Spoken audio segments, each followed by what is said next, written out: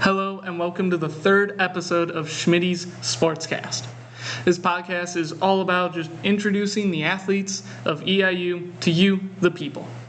This third episode, we have a very special guest, quarterback Cole LaCrue from the football team. Thank you so much for coming on today. Appreciate having me, man. I'm excited to be here. Cool, so let's just get started right into the episode. Where were you born and raised? So I was born in Denver, Colorado. Lived there my entire life.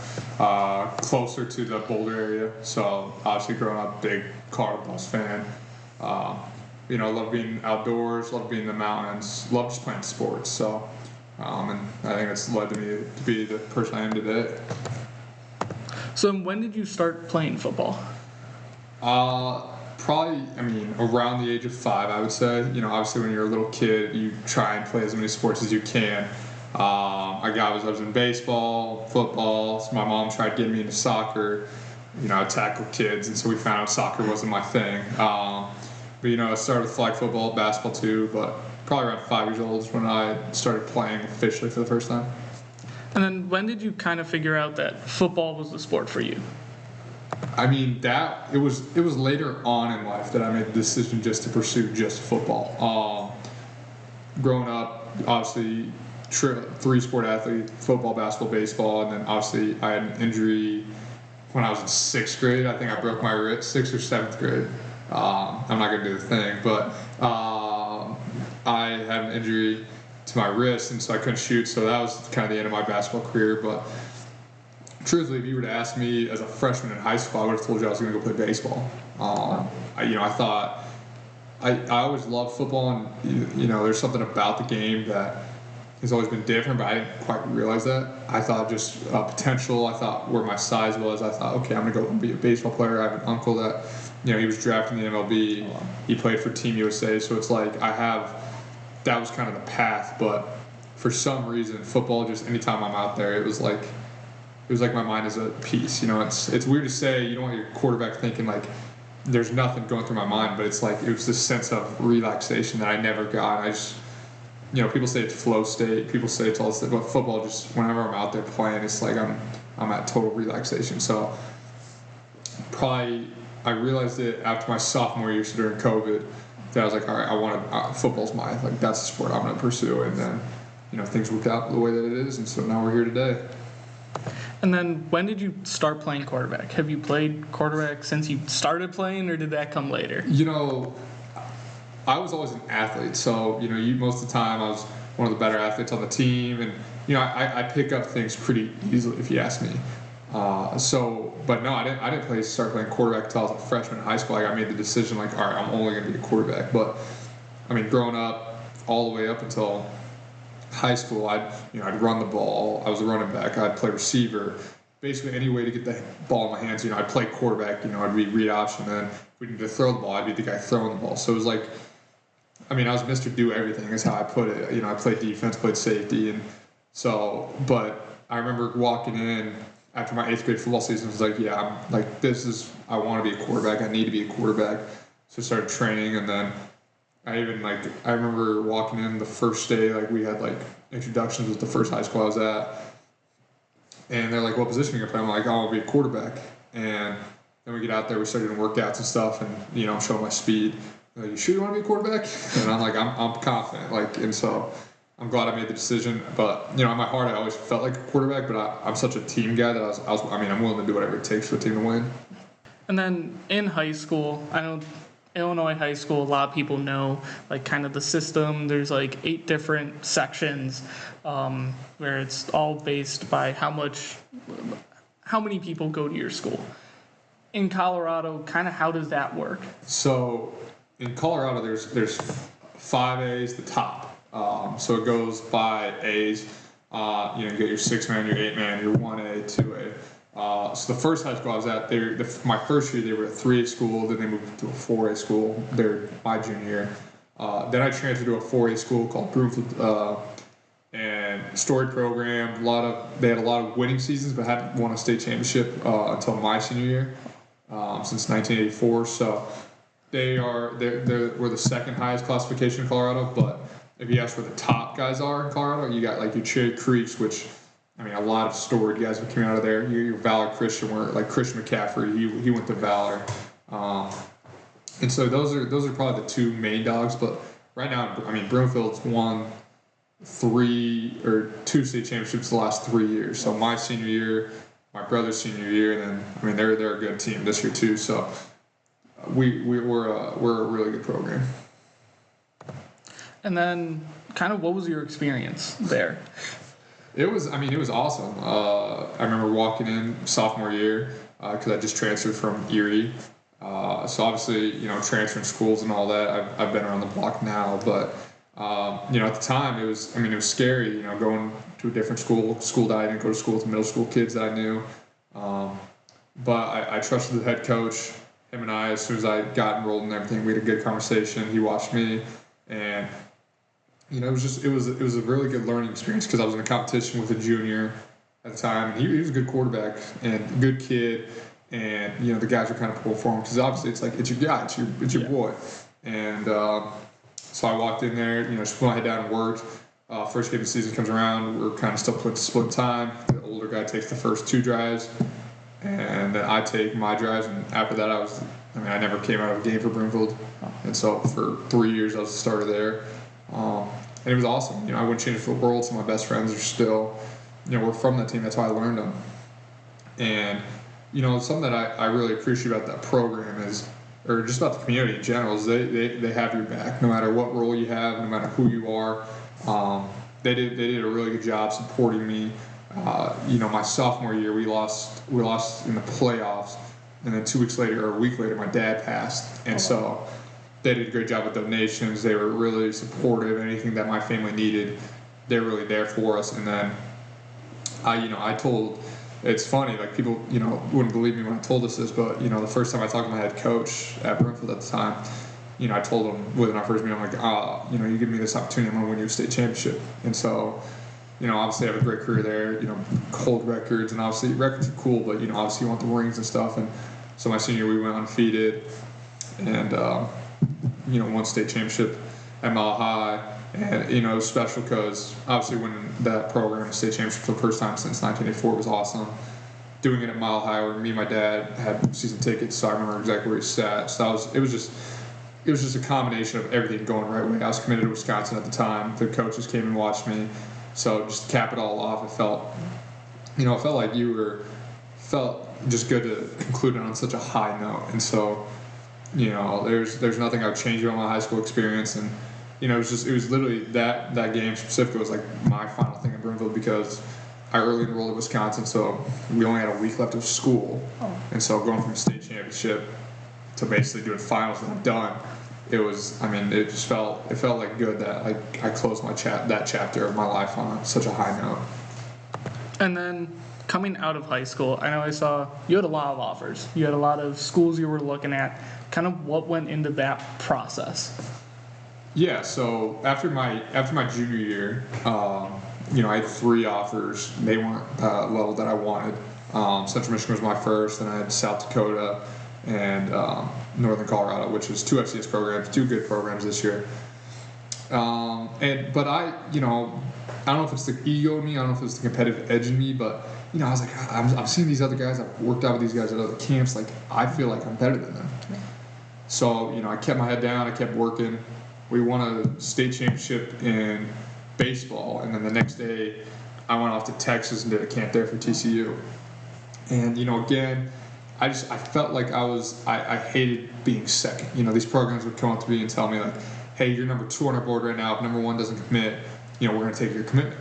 And I was like, and like hearing that, it's like, it's awesome that they've interested in me, but it's like I want to be the number 1 somewhere. I want to be the guy. I just want to go into a system where I have all the support instead of it being like, oh, you were the number 2 guy, so it's like we wanted you, but not as bad. At least we wanted our number 1 guy. And I took that personally, and so I allowed my play to do the talking my senior year. I took a gamble. Truthfully, you have these guys that they get an offer and they're like, all right, I got to commit now. Like that way I secure my spot. And I kind of was. Looking back on it, was that probably the smarter thing? Yeah, 100%.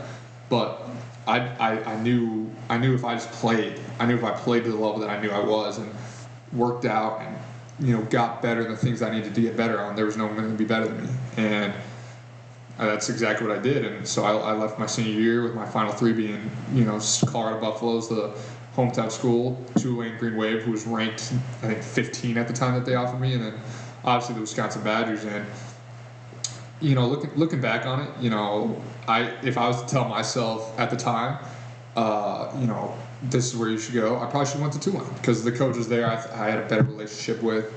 And I think I would tell any kid listening to this podcast, anyone getting recruited, yes, the academics and stuff matter, right? You need to look into that and make sure you're going to a school that's going to help you get better yourself in life, because everyone has an expiration date to football. But if you add that, you need to find a place where the coaches really do believe in you, really do want the best for you, really want to develop you in a way that you're going to maximize your talent. And but at the time, I didn't know that. I thought, Wisconsin had the brand. They, had a coach that I thought was going to be there, and they, there was a good chance that I could see the field early. And so I was like, you know what?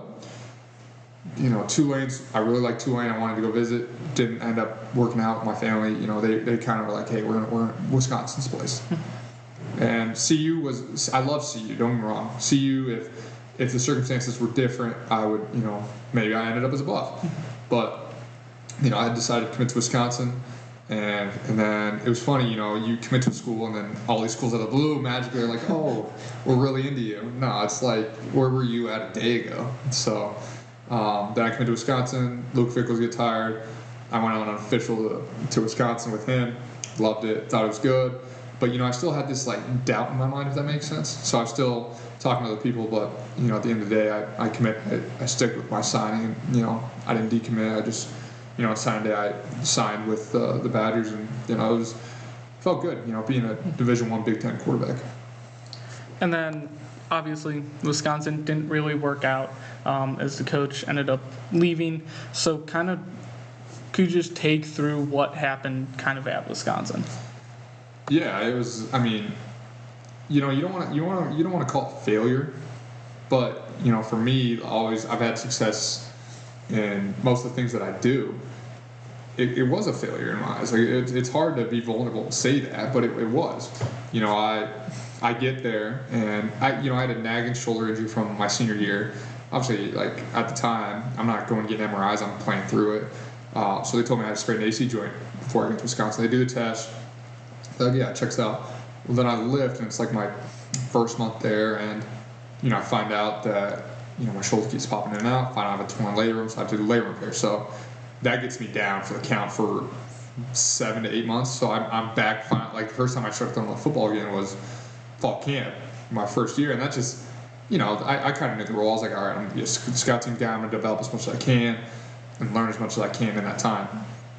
Then, I did. And so the bye week, I get an opportunity to, move up the depths in the chart, and I did. I started taking more reps with the 2s, more reps with the 3s, and then the bowl game, again, I have an opportunity to work my tail off, and, now I'm in competition to be the backup for the bowl game. So it's like, I had an opportunity my freshman year. I thought I'd capitalize on it, and, I had to talk to my coach, and it's like, yeah, this fall couldn't have went better for you. So I was like, it felt really good, but in the meantime, while that's going on, my back's kind of acting. I can't bend.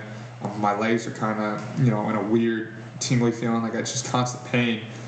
And that was going on from October all the way up until I got my back surgery in March. And so, obviously, you're 2 years in a row where you're injured. And so all of my spring, I couldn't do much because I was waiting to hear on my back. And then finally, told me I need a microsectomy and a laminectomy, so they have to go in, take a portion of the disc out, and that really hurt me. And I was in a place where I was like, is this my life? Am I just going to be this injured, washed up high school quarterback that had potential, but injuries he constantly, he can't stay on the field, and it just took a reel on me. And then I worked my tail off. I'm accelerating the healing process, but at that point, guys had reps on me, and they had the belief in the coach that they could stay on the field, and so I kind of saw the writing on the wall during fall camp, and I was like, yep, this is probably gonna be my last time. And then I just kind of derailed, and I decided to step away from the program a little bit earlier than the transfer portal opened, just to relax, get my mind off things, and so but the experience I wouldn't change for the world at Wisconsin. I learned a lot of valuable lessons. I made a ton of great friends, a lot of great people there that I really respect and love, and so it just didn't work out for me. And sometimes that's how life is. And then with like injuries, how do you get over that mental aspect of it? It honestly took me until I got here. It's lingering in my head because in the portal coaches are bringing it up. And I'm proving them that I'm healthy. I'm not in the shape that I am now. Like right now, I think this summer and now I'm in the best shape of my life. But at the time, it was just trying to prove to people that I was healthy, and so that just weighs on you when everyone just constantly thinks, "Oh, this kid's always hurting."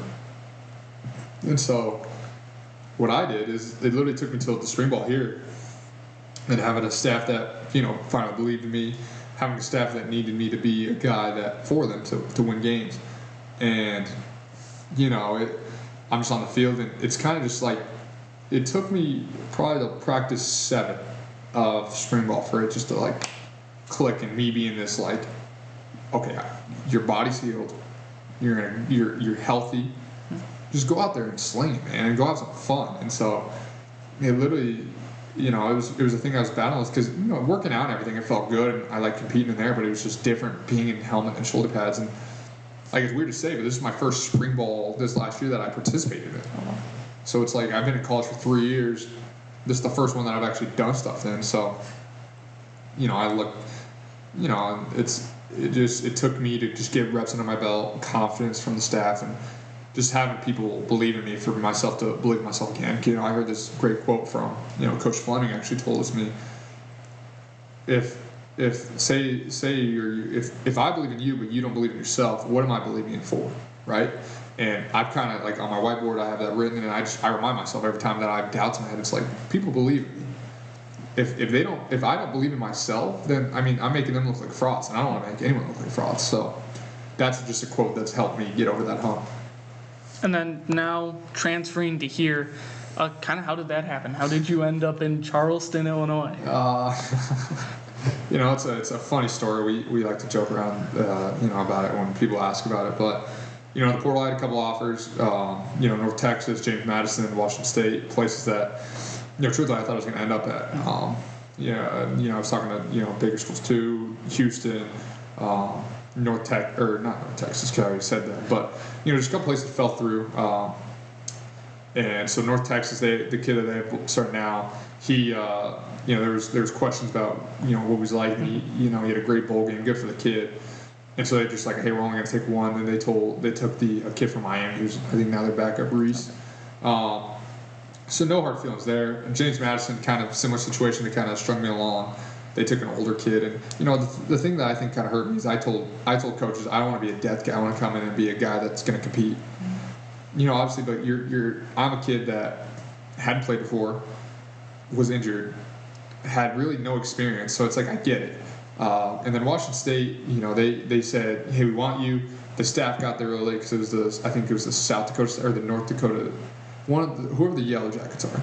Or not the Yellow Jackets, the Jackrabbits, the blue. South Dakota State. Yeah, South Dakota State. So that staff went to Washington State, and they got there late. So their schools already started, so I couldn't get into school there. And they're like, hey, if you want, well, you can come in the summer. It's just like, I play it again, like a waiting game. Like, hey, maybe something happens, they don't take me anymore. So I wasn't willing to take that risk. And Mason Keeler, who I played with his brother in high school, he got hired here as the tight ends coach. And, he gives me a text out of the blue. He's like, hey, are you still in the portal? Like, what's the word with you? And I'm like, yeah, there's a couple things that I'm working on right now, but, what's the situation with you guys? And so that day, they literally, the closing day to get me into school was like 4 p.m. And this is at, we're talking like 10 p.m. here. So we got like 6 hours if we're going to get this thing done. I talked to Coach Wilk. I talked to Coach Derrickson. They were running around like madmen trying to get me into school. And so they get me into school, and they're like, all right, do you want to be a Panther? Didn't really know much about the program. I knew, obviously, Jimmy Garoppolo and Sean Payton and Mike. I knew Mike because I'm a Bronx fan, so Mike Shanahan, Sean Payton, Tony Romo, all guys that went here. And I looked at the record, and I was like, Pierce Hall's from Colorado, and so I've met him like once or twice, and I looked at it, and I'm like, all right, this is staff and an opportunity that believes in me. This is what you wanted, right? And if you want to achieve everything you want to achieve, you gotta go play. So it's I made the decision. I told my mom on a limb, like, hey, we're gonna go to Charleston, Illinois. I don't know anything about the town. I don't know anything about where I'm going. I don't even know where I have to fly into. But they're like, we're gonna work on it. And I slept on couches for the first because I couldn't find an apartment. And it was just, it was a funny experience, but it was just like it was cool, and it's such a unique thing that like I feel like it's funny to talk about looking back on it. And then now you're here, season's happening. Only 3 games left now. During the season, you've had kind of you're playing with another quarterback, Connor Wolf. Kind of how has that experience been? Yeah, it's different. Obviously me being the day one starter, for Dayton. You break a school record your first game. You're honorable mention National Player of the Week. You're the talk of the town in a sense, and so it was good. But that Dayton game, I got a hit pointer, and I'm not gonna say that's the reason things happened, but I couldn't function correctly in my games. Based off of me being athletic, and it affected me as a passer. I couldn't rotate to throw the football, and so Indiana State, man, that's a game that I won't forget about. And so obviously I don't play well there, and so I'm injured. I get concussion also in that game, so it's like double whammies that you don't want to happen. And I was down in the dumps. Like truthfully, concussions, obviously they can play a toll on your mental, but I was in a pity party, if that makes sense. Like I was just upset, but I was still gonna be supportive. And Connor, he had the opportunity against Illinois State, and, puts up 411 yards, whatever. I think that's the number, but awesome. Like so proud of the guy. And so then the bye week hits, and I'm still trying to get healthy, and so they're like, hey, we're gonna rotate you guys. We're gonna try and you guys are both have your tools in a set, and so we're gonna see how it goes. And so bye week, I'm still trying to heal. Connor's the guy for the time being, but I'm gonna have a role. We go to Western Illinois. Connor plays the majority of the game, but we get in the fourth quarter, and they're like, hey, it's your time to go. So obviously I was ready to go, and we make it work. We win. Tennessee State. Tennessee State. We kind of same situation. We get things rolling. Obviously, we both, I think, had 2 touchdowns apiece that game. So it was cool. And you don't want to be selfish. You don't want to be this guy that's making the team all by himself. Obviously, I'm frustrated. I think we both can say this outright. We both just want to be the guy. But if the coach believes this is the way that we're going to do it, then we're going to make the most out of it. We're going to maximize it. And that's kind of what we did. And then obviously Connor gets hurt against Gardner-Webb. Simo, he gets hurt, and so now I'm back into being the solo guy. And I felt disrespected because people were just like only talking about running. I know I can throw the football. I know I'm a great passer. I have all the confidence in the world for me. If I had to go rip that thing 45 times, we're going to win a lot of football games. But that's not how we call things here. That's not how the thing is. And I'm going to play. I'm going to do what I have to do, whatever the game's called, whatever our game plan is to execute at the highest level. And so I progressed for week to week, and I think you've seen it. I think the last 2 weeks have been my best game as a passer, truthfully. And I think I didn't like being, if this makes sense, like I didn't like being secluded into one box. Like I don't like when other coaches, he's a running quarterback. No, I always hated that because I felt like I'm a quarterback that can run the football well. Not this running quarterback where I can't throw. No, that's not who I was. And so I took offense to it, and I'm not gonna make a big old deal about it. Obviously, we're 3-6 football team. Like I can't be out here sitting like, oh, we're undefeated. You can't say anything. No, we're not winning football games right now, which is frustrating. No one. If you ask anyone in the world right now if they would have the greatest stats of all time with a losing record, would they take it? No, none of them. They would have the worst stats ever, but they're 9-0. And I would do that. I would take all the records that I did. I'd take all the games that I played. And if I had 2 yards a game, but we were 9-0, I'd be happy. I'd be in a happier place. So it's just, it's been a process this year, and it's development. Like, again, after this year, when I apply for my medicals, I still have 3 years after this. I still have a lot of time, but it's like I feel like I was lumped into something that it's not who I am. And then, as a quarterback, when you're out there scanning the field, whether you're doing an RPO, pass, whatever, kind of what goes through your mind when you're looking at the defense when you first get that ball? Yeah, so I mean, from team to team, it differentiates. Sometimes the front will dictate the coverage. Sometimes, most teams, it's the Sam, the safeties, and the boundary corner will kind of tell you the full story in a sense. So obviously, I get out there, I peek the boundary corner. All right, cool. They gonna do a cat blitz, which is a corner blitz. They can roll into a cover 2. If not, how are they playing this? Or is the corner off? Is he bailing the safety coming down? So you just have to you find the tips and tails with them. Then you have your relationship with your field safety and your Sam. All right, hey, if the Sam does this game, is he coming? Is he dropping into the flats? Is he gonna take this man on? And even the backers can tell you too if they're wide or they're close. Are they coming and blitzing? Are they staying out into coverage? Are they, who's got the running back? And the field corner, obviously, he's more on he's more protected because the throw's a little bit longer. But again, he can tell you stories. So it's kind of you just got to look. But all this happens in a split of a second. Like, you got to get out there, and with us, we try and get off the field, or we get onto the formation with 15 seconds left. So you got 15 seconds to let this dilate, and we like signing the ball with 10 seconds. So now we're looking at 5 seconds. I got to make sure that I'm on point. So it's just, there's a lot of preparation where it's when you go out there, it's not like, really do this? No, it's like you've seen this before on tape.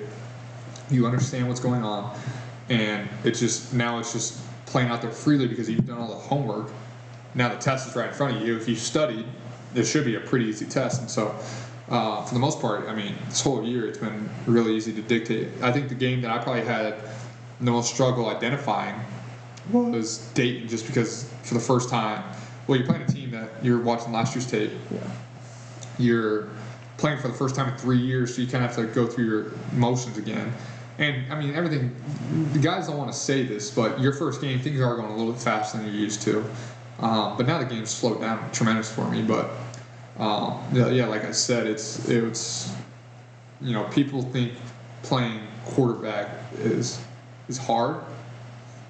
It's hard if you make it hard, is how I put it. I think the position, you're the leader, you're the most talked about position in sports. You're the main guy. But people can make it harder than it needs to be, right? If you're not studying, if you're not getting your head in the playbook, if you're not being a leader, then yeah, you're going to struggle because you're not doing the things that it takes to be a quarterback. And then this upcoming week, you guys play Tennessee Tech. It's top 10. I don't know exactly what they're ranked right now, but top 10 in FCS. How do you prepare for a game like that against a top 10 opponent? You can't prepare any differently. If you're preparing differently depending on an opponent's ranking, then there's a reason why you're losing. Obviously, like with a team like this, you've got to go in there and you can't have as many mistakes as you have had in the past, right? You can't. That's how they win games. They feast off mistakes, but it's not. I don't know if it's a preparation thing, because if you're going to a preparation being like, oh, we're playing the number 5 team in the country, let me finally watch film. Why weren't you doing that when we're playing, a Tennessee State team that struggled this year? Your preparation needs to get better every week, but it still needs to be around the same preparation team to team. It can't be this thing where, oh, they're better than that, so I'm going to watch more tape on that. No, it needs to be, you need to respect every opponent, and you need to be able to identify what they do, and you need to get your head in the playbook and make sure whatever we're calling this week, you know exactly what you're going to do with this look. And so, I mean, obviously these guys are good. I think they're 5, is like you said, they're top 10. I think they're 5, but a lot of their rankings for statistics, they are in the top 10. They're good. There's a reason why these guys are 9-0. They're a good football team. They're coached well, and they got a lot of guys that have bought in. So obviously we have our hands full. We're 3-6, but you look at our schedule. There's a lot of we're in a lot of one-score ball games at some points. We're in games we could win. There's really, I think there's been 2 games, and it's been Indiana State and SEMO, which I think things just it's just bad football day. Sometimes those happen, but regardless, I think you look at our schedule, and if certain things happen one or two ways, I don't like playing the what if game, but you kind of do with some things, and we could be the 9-0 team playing the 9-0 team. There's a lot of things that have happened this year that either have played in our favor, haven't played in our favor. So, I still think we're a good football program. We're a good team. It's just some things just haven't worked out for us so far. Then last game of the regular season is Alabama. Kind of, how are you excited for that? As it's a bigger stadium, didn't get to play in Wisconsin. Now you get to play in this SEC stadium. Kind of just, what are your thoughts about that? I guess. Again, it's another opponent, but it's a fun opportunity. Obviously, we all know we're not making the playoffs this year. Unfortunately, it didn't work out in our favor. We're not winning the conference, but we still have 3 more opportunities to make a name for ourselves. And doing it in Tuscaloosa, we played Alabama last year at Wisconsin week 3 or 4 for us, and just seeing that team, seeing that opponent, you watch the history about them. They're Nick Saban history. Now they have Kalen DeBoer of Washington, and they're a storied team. And so having the opportunity to play there, especially at that stadium, it's an honor. It feels great that I'll be able to tell my kids about it one day.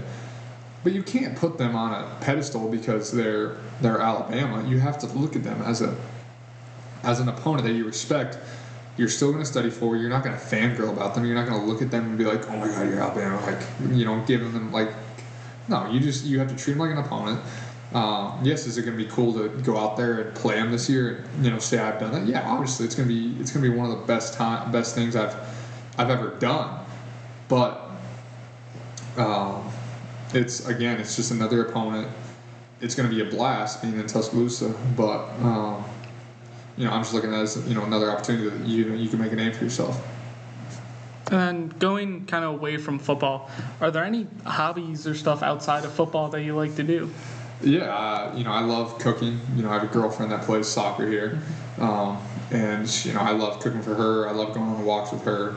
I like being able to relax. I like reading. Working out's always been a passion of mine. I love being outdoors. And I love being around people that make me better, if that makes sense. And so, I'm trying to think what I've been doing lately. It's kind of hard during season to keep things up to date with what you want to do, but I like I said, walks it's just really good for the mind. Trying to think of hobbies that you ask anyone, if I've cooked for them, I'm the best chef in the town. I'll say that. I think cooking's it's just something about it. But actually, fun fact: my junior year, I went on our local news station, and I said we're gonna cook, and we went 5 and 6. So that was a big meme by Barstool around town. But no, I like being approachable with people. I like hanging out with people, and I just like having fun. I think any way I can have some fun and being able to do things I'll enjoy. So shout out Liz. I know you watch, but. And then, what type of books do you like to read? Yeah, so some Dave Ramsey stuff I've read. I was a big Harry Potter kid growing up. I remember 4th grade. I read all the books. Then I made my family watch all the movies. Me and Liz watched all the movies. So. I think that's probably my favorite book franchise, but I like books that better myself. There's one I'm reading right now. It's called Essentialism, and basically it's just talking about how in life there's so many things that can take you away. So you just need to regroup, reorganize, and figure out what's important to you and really dial down on that. And I think if you dial down on those habits and really be efficient with those instead of trying to be efficient in 100 categories, you're really focusing on 10 or 5. And you can put more time into those. You can put, more love. And if you're so spread out, you're not going to be able to give all your attention to one thing. So I've just learned to, be able to take a step back and relax. So that's one that I've been enjoying lately. And then Charleston, it's a small town here. You came from Wisconsin, Madison, bigger city, Denver, bigger city, kind of what has been that transition? What's different? What do you like? It's definitely been something new. Yeah, I'll tell you that. I tell Liz that all the time. But I mean, you go from a place like Madison. You have 2 lakes. The Capitol's right there. I lived in the city, right on the State Street. So I'm walking. I mean, if I'm bored, I'm just gonna go walk down and look at people watch. It sounds funny, but I'm gonna go watch people and see what's going on in the town. You know, the bar scene's huge there, so it was fun to go out with the guys. And obviously, being in Boulder, Colorado, I can go on a hike. I can be in the mountains. I'm a 20-minute drive to Denver. I'm gonna go to Denver, go in the city, eat some good food. So coming here, I had no idea what Charleston was. So I'm like, oh, they're a college town. They've got to have good amount of stuff, right? Well, so I'm driving. I remember I'm driving up here, and I'm just looking out. I'm like, oh, it's really flat. Maybe the town blows up. We get off on the exit from the highway, and again, it's just flat. I'm like, oh, they got an airport. They're like, yeah, no one flies out of it though. I'm like, oh shoot. We pulled into town. It's one kind of street is the main thing, and it was like right then and there. I was like, holy crap! Like, I mean, it was good. I focused a lot of my attention to ball. And I bettered myself, but it was like a realization, like, you sure you want to do this? And but I've never been a quitter, so I was like, hell yeah, like it'll be fun. And I think living in different places your whole life, I think it allows you to learn a lot of lessons, and it teaches valuable stuff along the way. And then this town's taught me a lot of stuff, and so it's taught me how to live on my own. It's taught me how to support myself, and it's taught me just independence, I'd say. So, but again, the guys are great in the town. The town's got still some fun spots. Like, you still can find fun. And Champaign's only an hour away. I think it's 45. Like, if I really need to branch out and find a city, I can. So it's not like we're in the middle of nowhere, 3 hours this way, 3 hours that way. It's more like, all right, like I got to drive a little bit, but I'm not going to complain. I did it all the time for sports growing up. Then, do you have any superstitions that you do before games? There's a couple. I used to always wear the same underwear on game day. That was a big one. I always shave. I always get into a clean shaven look on game day. So I don't know what it is about it. I just I feel like you want to look. I think Deion Sanders said, you look good, you play good. You play good, they pay good. So my dad was a big. We were big. My dad was a defensive guy, so he was in a defensive player. So I knew about primetime plus dual sport athlete. So those are the main 2, and then every game after warm up, I'll pray and talk to my dad, just a one-on-one conversation. We would if he was still here, and we always used to do it when he was my coach. We would just talk on the way to games and just make sure I was in the right mindset. So it kind of allows me to still have that relationship with him, still keep that up to date. But yeah, I go to wherever the sideline box ends for us. Get on one knee, I thank Jesus for all the accomplishments He's allowed me to do, allow me to live the life that I lived. Without Him, there's not a reason why I'm doing these things. So I give thanks to Jesus, and then talk to my dad. Just have that conversation, like, hey, keep me safe, watch over me. Do what I do. I listened to a call that He gave me. It wasn't even about football, but it applied to.